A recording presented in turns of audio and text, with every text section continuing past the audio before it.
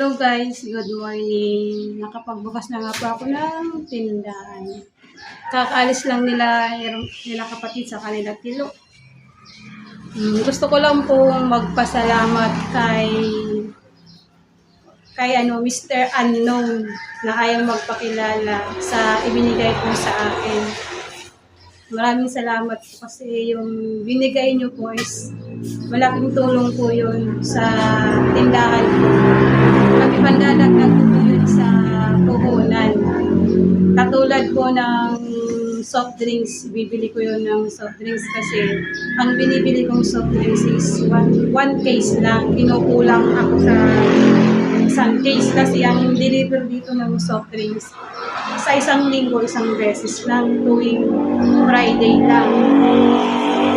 Kaya pag ako naubusan, pupunta ako sa Malawag, nag-ano ko ng door to door. Doon ako bumibili pag naubusan lang. Kaya sabi ko, pag nagka-pera ko, dadagdagan ko yung soft drinks. Kaya ngayon, may nagbigay sa akin ng bote, yung kapitbahay namin. Binigyan ako ng bote, lilinisan ko para bukas kasi Martes. Dadagdagan ko yung soft drinks para kahit paano magdalawang case siya para kahit paano hindi na ako pupunta ng Malawag kasi pag pupunta ka ng Malawag mamasahe ka pa, transportation pa, hindi ka tulad pag deliver lang less sa pamasahe, yung truck na mismo ang magbabagsak sa'yo. Kaya yung binigay nyo po, isa sa ibibili ko doon yung soft drinks. Kaya po maraming salamat po sa ibinigay nyo. Ang iba doon, idadag ko sa ibang paninda sa tindahan. Hello guys, good morning. Kaya po, kape tayo. Lasing ko lang ng umaga. Ito po, gagawa ko ng ice candy ng maaga. Kasi mamaya, balak namin minsan na pumunta ng Nabua. Kasi bukas is palengke din. Pag Martes daw ng hapon, may mga latag na. Kaya try namin mamayang hapon. Kaya mamayang hapon aalis kami. Kaya ngayon, wala pong gagawa ng ice candy. Ayan po, 5:40 ng umaga. Simula tayong gawa ng ice candy. Maaga ko ngayon gumawa para maagang matapos.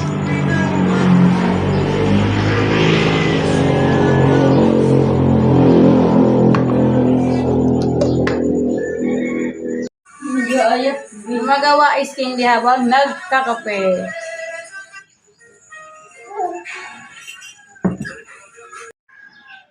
Maraming po talagang salamat kay Mr. Unknown. Mamaya po magpapadeliver ako ng soft drinks kasi isa yun sa bibilhin ko sa binigay mo.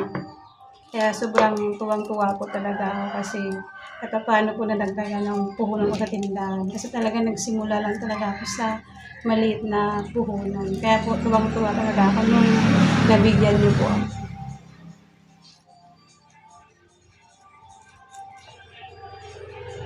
O gumagawa po ice candy.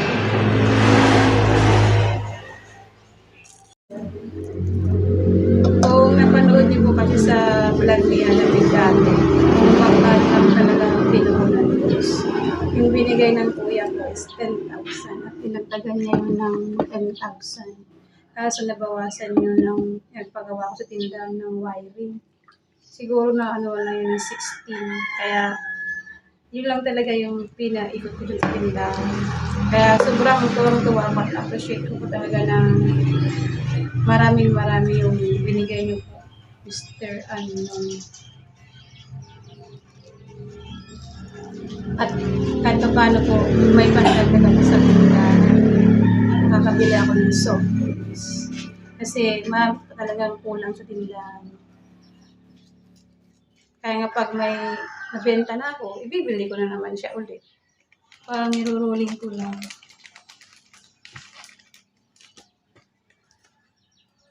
Malapit na ako matapos mag-ice candy. Konti na lang. Pag makakasing gumagawa, parang magaling, parang mabawasan yung iniisip mo.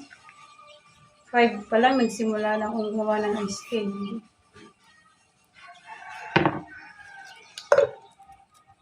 Kasi maganda pag nakakapag-umpisa ka ng maaga sa trabaho. Wala ka nang iisipin. Katulad ngayon, anong oras pa lang. Alas 7 pa lang, natatapos na ako. Diba? Maganda sa pakiramdam pag maaga natatapos. Ayan guys, ang oras is 7:30 ng umaga. Tapos na po akong gumawa ng ice candy po. Lalagay ko siya sa freezer. Thank you Lord sa lahat ng blessing na dumarating sa akin. Maraming salamat at sa lahat ng tumutulong po sa akin. Maraming po salamat. Ayan po yung lilinisan kong bote. Salamat sa nagbigay. Lahat ng pwedeng ikakatipid gagawin para di ka na mag-deposito. Ayan, maglilinis tayo ng bote kasi bukas is deliver para madagdagan ang aking soft drinks.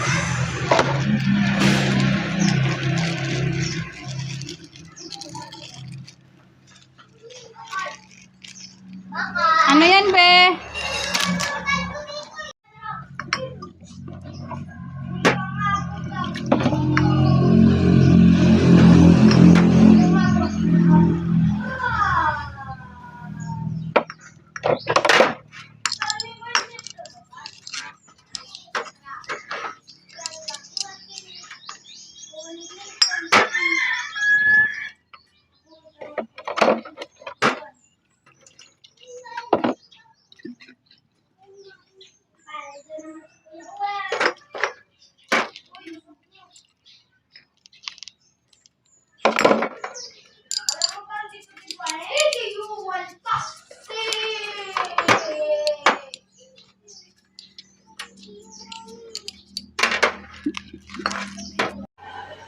Ayan, tapos ko na siyang nilinisan. Yung pula niyan, dideposituhan ko na lang para maging mabuti ng isang piece. Ayan po, pupunta kami ni Insan ng Nabwa. Try namin ngayon na ngayong hapon kami mamili kasi sabi, pag Martes daw ng hapon, may mga nakalatag ng gulay. Kaya try namin ngayong hapon na mamili. Kaya nag-abang na kami ng ayan, naggagala kami ni Insa. Akala mo maraming bibilin eh. Grabe si Insa, init na init oh. Ayan po, nandito kami sa plaza ng Iriga, tumambay.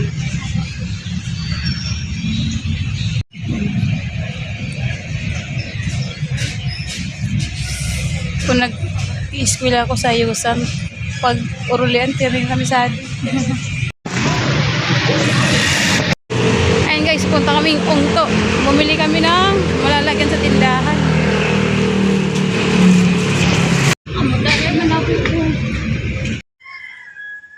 Ayan po, magayos ako ng paninda. Kasi kagabi, nakarating kami, gabi na. Kaya di ko na ito naayos. Alas 4 ng umaga. Emily, sarang nagtunguhan. Lagura ko na. Ayan po yung dinagdag ko sa tindahan. Dinagdagan ko talaga yung dilata. Tapos bumili ako ng Cobra, Mountain Dew, saka Sting. Mga energy drink.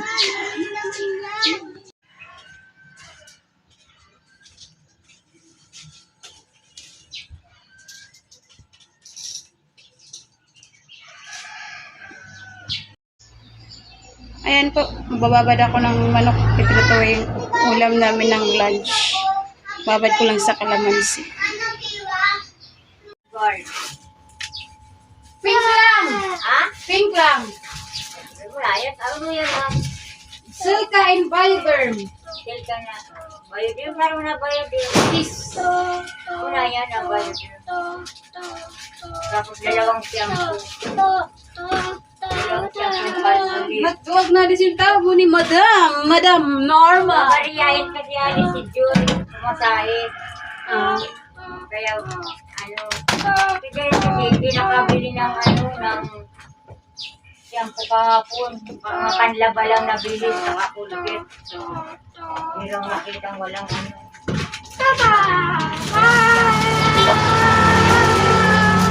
Nak, may borrow the calculator? Nine, giratin. Sabay. 43 lahat. Minus 1,000. Answer is 957. 1, 2,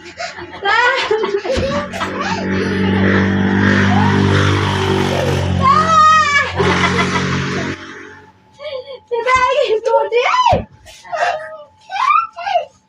Wala ka pa sa kalig ko! Pero anak ko, ang kulit! Ayan po, mapiprito tayo ng manok.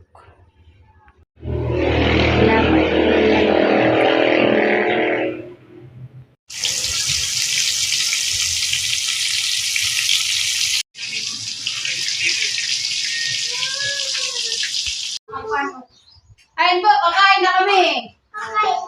O, ayahin niyo sila kumain. Dali, kakain na ako.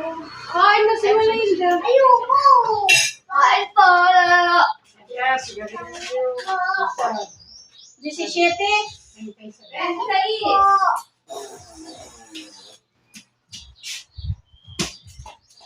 Ano bibili ba? 17.26. Ikaw sarap tayo sa is. Kain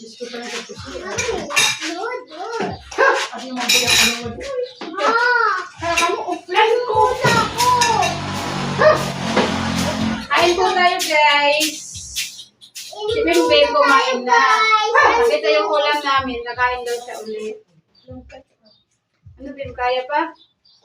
Kain na. Magugas ka ng kamay mo. Bago kumain. Ay, wait eh! Hush!